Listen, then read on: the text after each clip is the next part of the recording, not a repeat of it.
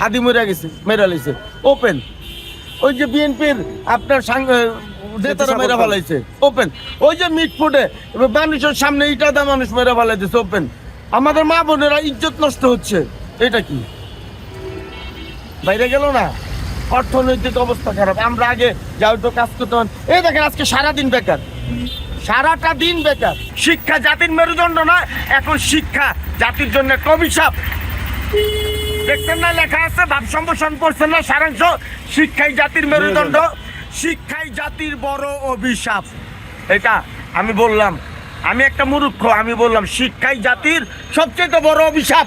আমাদের ছেলে পেলেরা শিক্ষায় শিক্ষিত করব না, কারণ শিক্ষায় শিক্ষিত করলে যে রাস্তায় রাজপথ কাঁপাবে, শুধু খালি রাজপথ ছাড়বো না, আর জনগণের ভোগান্তি হবে, মানুষ অভিশাপ দিবে। এই জন্য পোলাপানরে আর শিক্ষায় শিক্ষিত করব না, কলেজে আর পড়তে দেবো না, স্কুলে পড়তে দেবো না, কামসি গামু। কতক্ষণ বসে আছেন এখানে? এখানে তো 2 ঘন্টা ধরে বসে আছি এই জায়গাটাই, 2 ঘন্টা ধরে বসে আছি শুধু মোতালেব প্লাজার থেকে নিয়ে যে আপনার এলিফ্যান্ট বাটার সিগন্যাল যাব, আর 3 নাম্বার যাব কতক্ষণে। সারাদিনে আপনার প্রায় শাহবাগে বসে রয়েছে 1 ঘন্টা, শাহবাগ বসে রয়েছে 1 ঘন্টা, এখানে প্রায় পাক্কা 2টা ঘন্টা। একটা অর্ডার করুম, একটা টিপ মারুম, এই যে এভাবে রাস্তাঘাট বন্ধ করে জনগণের ভোগান্তি, আমাদের ভোগান্তি, রুগীরা যাচ্ছে না, বিদেশগামী লোকজন যাচ্ছে না, ওই যে কত মানুষ পঙ্গু আছে পড়ে রয়েছে, হাঁটতে হাঁটতে যাইতেছে। আমাদের কি শিক্ষায় শিক্ষিত করে সন্তানদের লাভ কি? কিসের এত দাবি তাদের?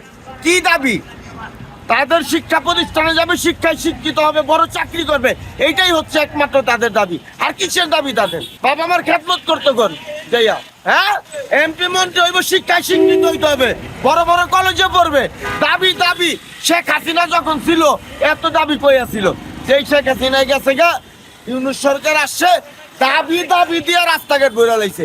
হ্যাঁ দাবি, হ্যাঁ দাবি, মুরগার দাবি, বিলাইয়ের দাবি, গরুর দাবি, দাবির আর শেষ নাই। আসলে আপনারা কি চান, মানে এটাতে কেমনে বাঁচা যায়? ভাই আমরা চাই, আমরা স্বাধীন বাংলাদেশের নাগরিক, আমরা স্বাধীন বাংলাদেশের নাগরিক, আমরা সুষ্ঠুভাবে জীবন যাপন করতে চাই, কোনো বিশৃঙ্খলা ছাড়া জীবন যাপন করতে চাই।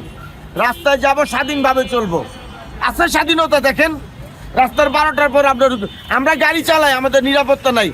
আগে আমরা কুমিল্লা থেকে রাত্রে 2টা বাজে 3টা বাজে আসতাম, এখন রাত্রে 11টা বাজে আসতে ডরাই, 11টা বাজে আসতে ডরাই। যেমন ধরে পুলিশ